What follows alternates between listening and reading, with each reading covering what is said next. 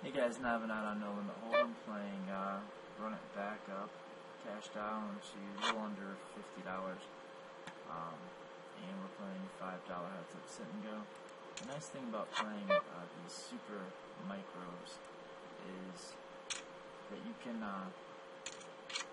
expect players to not be great in general, for instance. And then, you know, you're usually, if you're decent, going to have an edge against almost every player that you play against. And then every once in a while you'll find an opponent that's just going to spew off chips to you. It's just going to sit down and hand you a buy-in. So that's a nice thing. You can play on a pretty small bankroll, relatively speaking. Maybe do a little bit better to lead here. I like to bet smaller on flops that I plan on barreling a lot of turns, because it's kind of like you get value by allowing them to keep the weakest parts of their range that might call in, and you plan on them betting a lot of turns. And if I'm most likely going to be playing like a one and done line, planning on taking a one and done c-bet line, then I might make it a little bit bigger. You noticed maybe that I 3x'd my first button. That's because at this stake I don't think players are going to notice, and especially if it's the very first hand of the match and it's a hand that you would like to open bigger. What's going on here?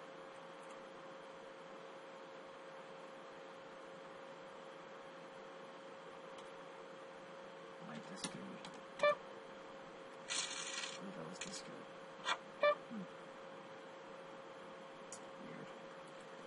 And then you can, pop back down to normal min-raise sizing, and it usually goes unnoticed, or if your opponent notices it, they either don't know how to exploit it, or are just afraid to pull the trigger. So that's a flop that we do have a lot of equity on, but to me, I feel like it's unlikely he's going to fold anything second best, and we have showdown value. He will hit it a lot. So I think we do a little bit better just to check it, see if we can just play our hand for showdown value and as a free draw to the nuts, or even, of course, hitting an ace is pretty good. And he bets 20 into 80. I think we can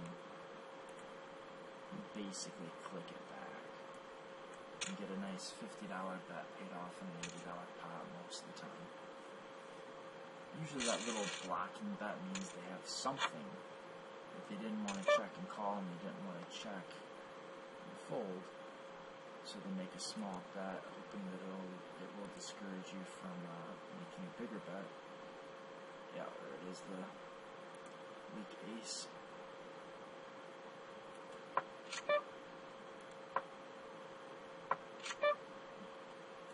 When he checks back on the flop, he should be real capped.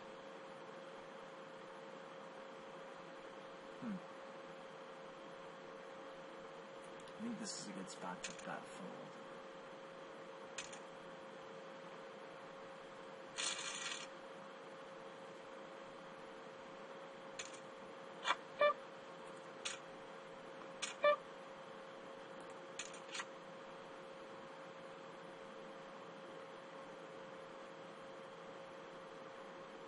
You could think about playing back against a c-bet here, but I don't think this is the right board to do it on unless you're willing to commit multiple barrels to the activity, because you might have some ace X's that won't fold. Some of them might even be gut shots, and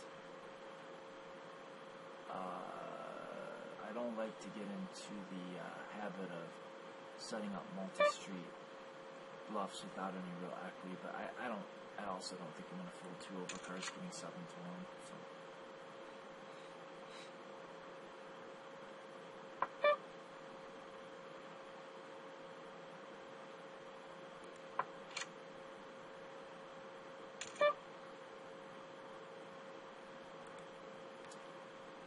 See if we can steal this. That 110 raise.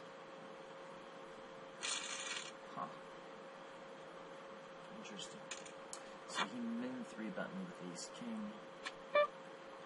Maybe just his bet sizing in general is going to be small, and I shouldn't read too much into it, which would be good. I mean, any mistake he's making is going to work to our advantage.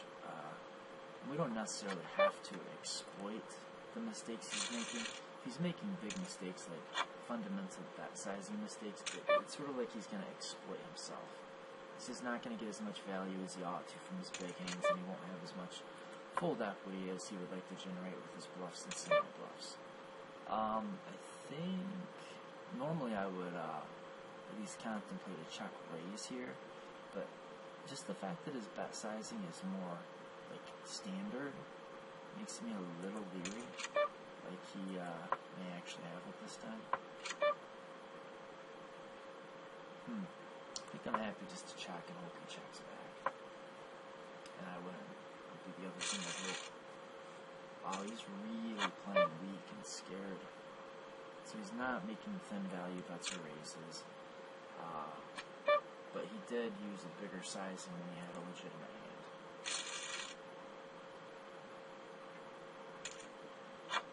On the flop.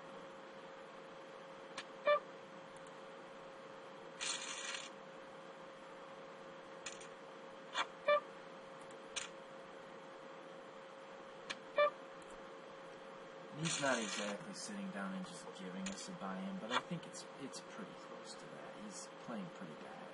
It's going to take some pretty astonishing luck for him to win this match, I think. I mean, I think we're probably something like, I don't know, 70% to win this.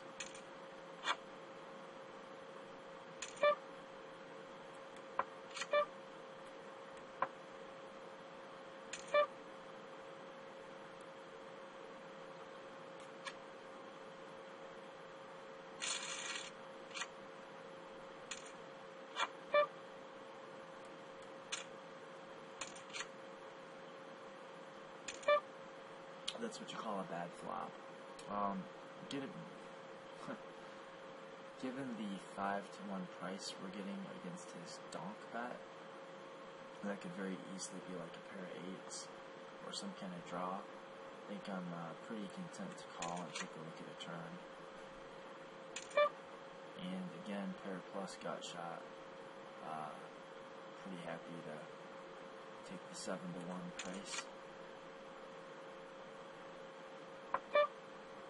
So I think he's very often got an 8 or a very weak ace. So I think if we bet here, we're probably going to get called by worse about half the time, called by better about half the time. So we're just going to check back.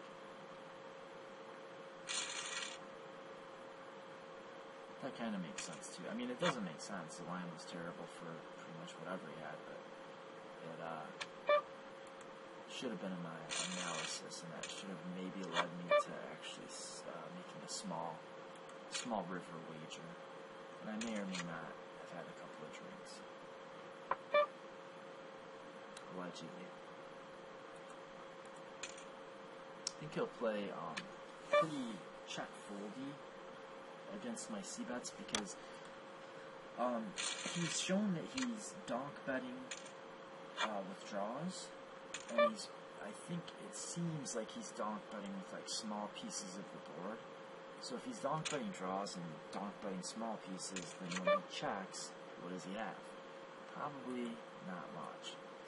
So he's going to have a very weak check range because he doesn't quite seem to understand the check to the razor dynamic.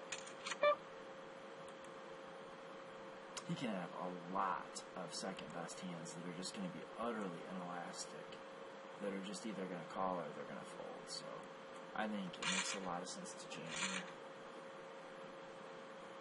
I mean, if he has a straight, he's probably not going to fold it. If he's got any flush, he's definitely not going to fold it. Oh, let's see what he had. Oh well. Okay, so that is pretty easy little $5 donation, and I'm going to pause the video and see if we can find another one. Okay, so this is probably a different opponent, most likely. We'll see. I think he should be the first opponent should be pretty easy to pick out of the crowd.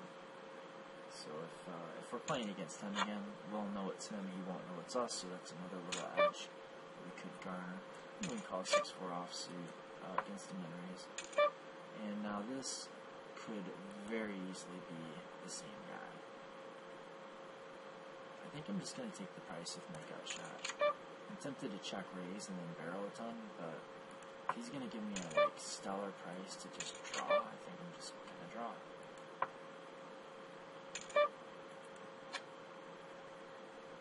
Yeah, I actually do think this is the same opponent. I think we'll check our... Well, you know what? If this is the same player, he likely check folds when he's checking. And you don't really have to worry about so many of the... Like, a lot of the reason you want to chuck back when you've got showdown value and kind of polarize your c-bet range against players that aren't going to exploit that is because of the bad things that can happen when you've got a mediocre hand on the flop, like getting called or raised.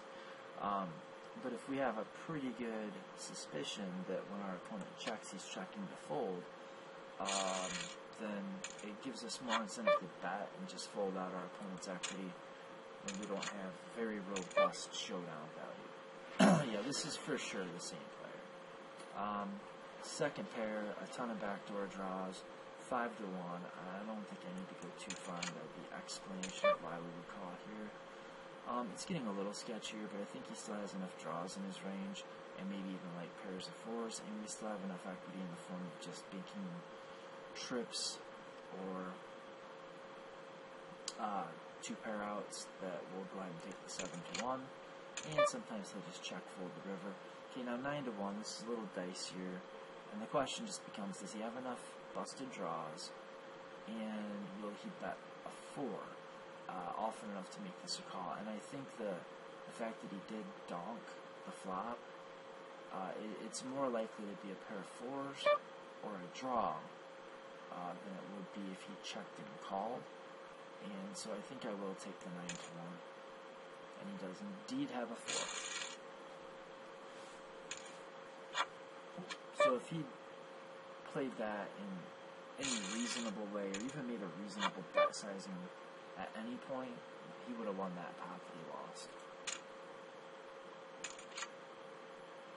It's important to think about what your opponent's doing, even if it doesn't make sense. It makes sense to him or her. Okay, so this is a spot where I do think he's going to just check and fold. And he's not really going to fold anything better than what we have, and he's probably not going to call it that much worse. So let's go ahead and take our pair of 9s, treat it like showdown value, and understand that we can call it any turn. Okay, now there's at least a pair of 7s that we can get value from and some draws, and maybe we just want to fold out his equity. We've only got 1 card left to hit our draw, so even though we're pretty sure we're not going to get value, probably still better to just fold out his equity than free roll him, because it would make more sense to think about checking back because we're free rolling ourselves when we're beat, but we're just like almost never beat, so may as well just end the hand. Normally I would fold 5-3 offsuit, but I think he plays poorly enough post-flop that we can defend wider. There's just a lot of value in seeing flops with him.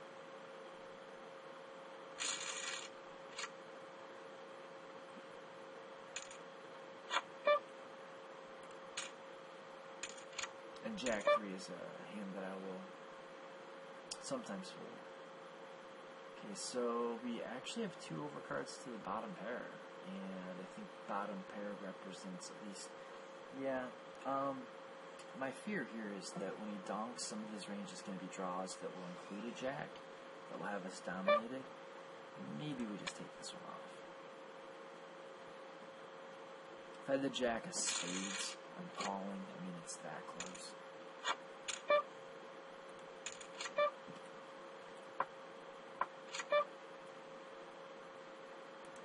He's usually folding, but we've got to start trying to build a pot.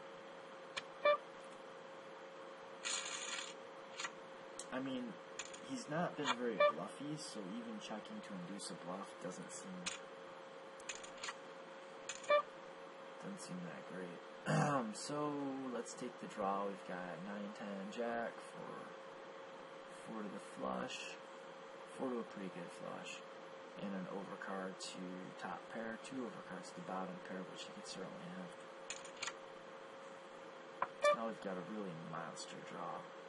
I don't know that it makes sense to bet, because I'm not really expecting him to fold even a pair of 2s to a single bet.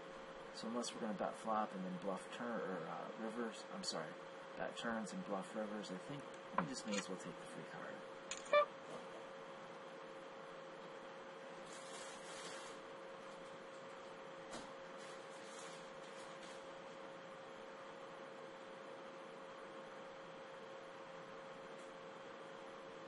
Tempted to raise, but then it kind of echoes in my mind how we took this line and called our river raise with ace high in the first match. So we were drawn to the world, we missed, and I think we just have to fold.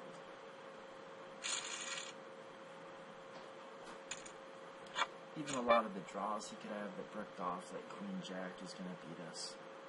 So we don't even beat all of his bluffs. I mean, obviously this is a standard 3-bet. I don't want to 3-bet and have him fold. I don't want to 3-bet and have him 4-bet. I think I just want to play flops with him because he's terrible.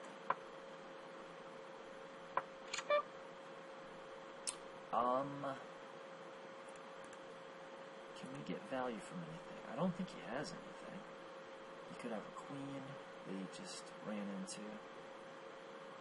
No, I think let's just get a little trappy. Yeah, the dude just never puts money in. And we're going to bet he's going to fold, but I don't know what else we do. Well, that's interesting.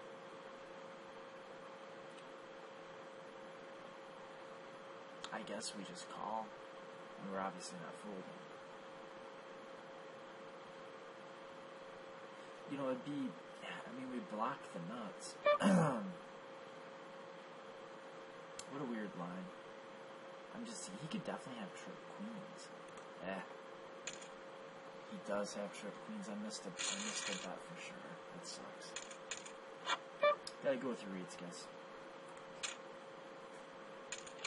It's the only hand that really makes sense, but it's just like, I've got the other queen. It's so unlikely, combinatorically, for him to have the last queen.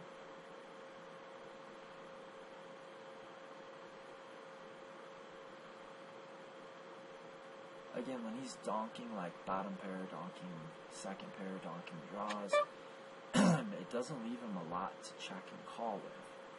So we can consider now starting to check back even some of our top pairs, at least on slightly drier boards. I mean, really on a lot of boards, because he's just betting whenever he has anything. So when he's checking to fold. It doesn't matter. We almost can't lose. I mean, it matters. We should try to give ourselves a 90% chance of winning instead of a 70, but he could have picked up a draw here. He could hit a 3. So let's make a little value bet. Yeah, I mean, he's almost always folding, but we don't get any money by not betting.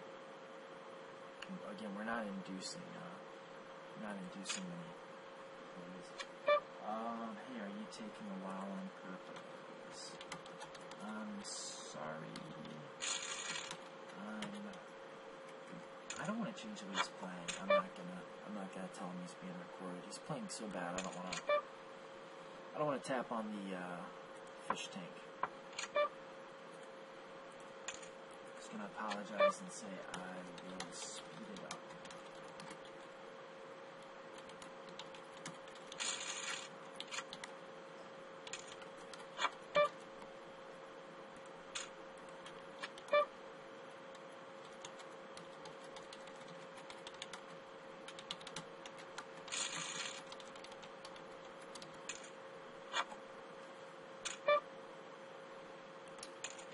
5, okay, we get the 5, 6, 7, 8, and now we can just bet the turn, get the fold. If he calls, he's got a 2.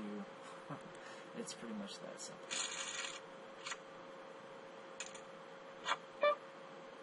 Man, I hope this guy just keeps playing us. Let's be nice to him and see if we can get rematch after rematch.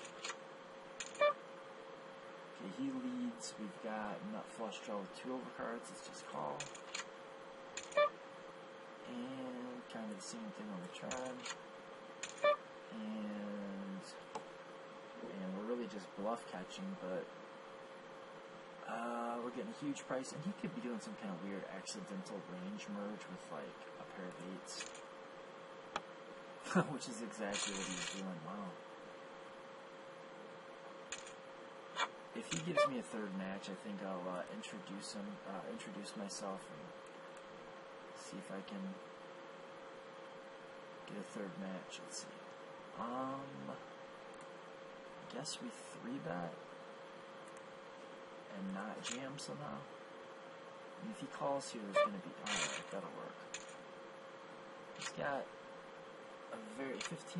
Ah, damn it. 15%. Well, we gave ourselves the 85% chance of winning in one hand, and we're right back to even with him. So now we went from an 85% favorite to like a 60-65%.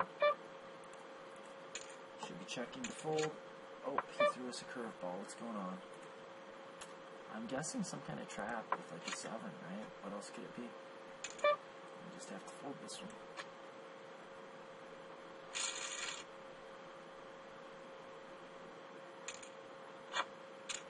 But an 85% chance to close it out. We've still got chips to play with. We will play this guy as long as we can. I'm sure he's folding, but if he doesn't, he's got a jack, so I think we can count on him to be pretty inelastic here. He's got busted draws and the other jacks so often. There's just not many of them. Okay, let's leave him room to... Fuck it. Maybe if he calls for it all. I mean, I think he's got busted draws and jacks that are never folding. There's like a pretty high percent of his range, at least high enough that it makes sense for us to jam. It's very valuable if we jam and he calls. I think normally, almost always, I'm checking my pair of 4s back here, and that's kind of why. He's switching this up. But we've got enough equity with our pair plus backdoors plus trip and 2 pair outs to peel the flop and then raise anyway.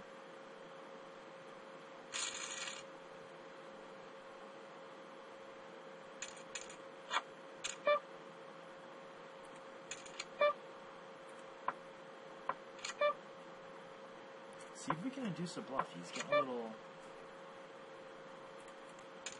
more serious, it seems. So I'm assuming he banked a 4 on the river.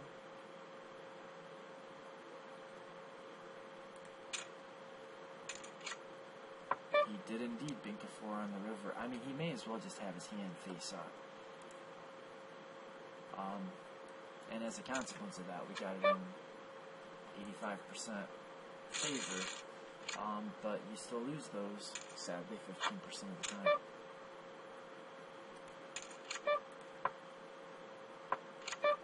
Yeah, so now we just bet and take it, and if he calls, he's got a 6 or a spade draw.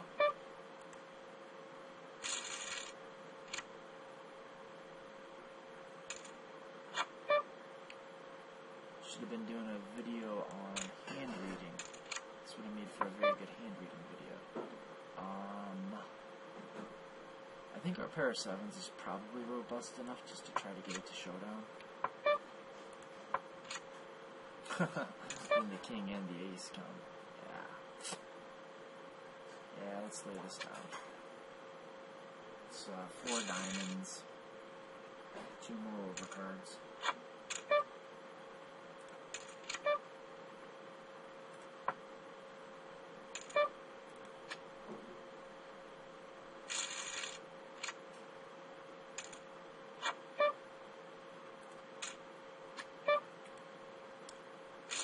I guess he does have a pre-flop fold button, and plus, again, there's just so much value in seeing flops with him. I'm not going to be folding too many hands pre-flop on the button. Maybe like 7 deuce, 3-2. He 3-bets, which we don't like. We're getting 5 to 1 in position, so it's obviously a call. We hit gut shot. He makes a non-procedural check. Let's check it back one time. Yeah, I don't know. Something smells fishy about this. Or like he bigged the king. Either way, not getting the right place to call.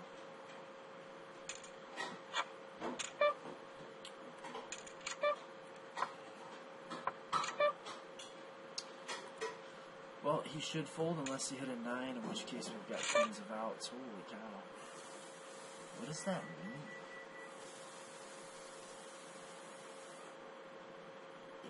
Ace 9. It doesn't matter, I guess. That's completely unexpected. 9x of clubs, maybe? Huh.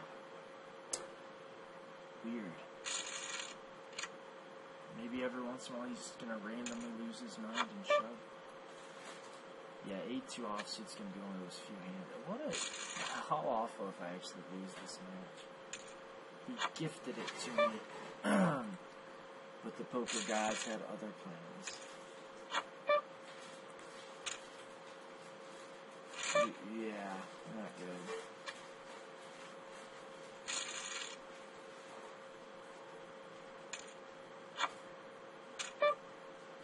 I definitely want to have an open limping range. If I have to balance it, then I'll balance it. But with 6.65, or really, I guess 7 big blinds, ace-4 suited, jeez, oh Pete's, we actually lose to this clown. Well, we can't run much worse than that. Maybe he gives us the rematch and make it up anyway.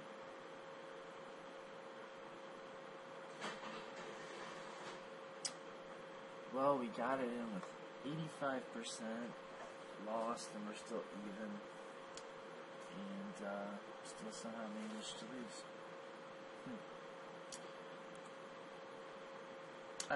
But you know, I mean, I still think there were some interesting hands that came up, and really, it's just an interesting match because it illustrates how important it is to have some semblance of balance to your game, and then not do ultra exploitative and ultra obvious things. So I think I will go ahead and post this. Tell me what you think about the video. If you'd like to see more like it in the future, let me know. I'll throw them up. Throw them out. Let's go throw them out. I don't want to throw them up. Until next time, Nav and over and out.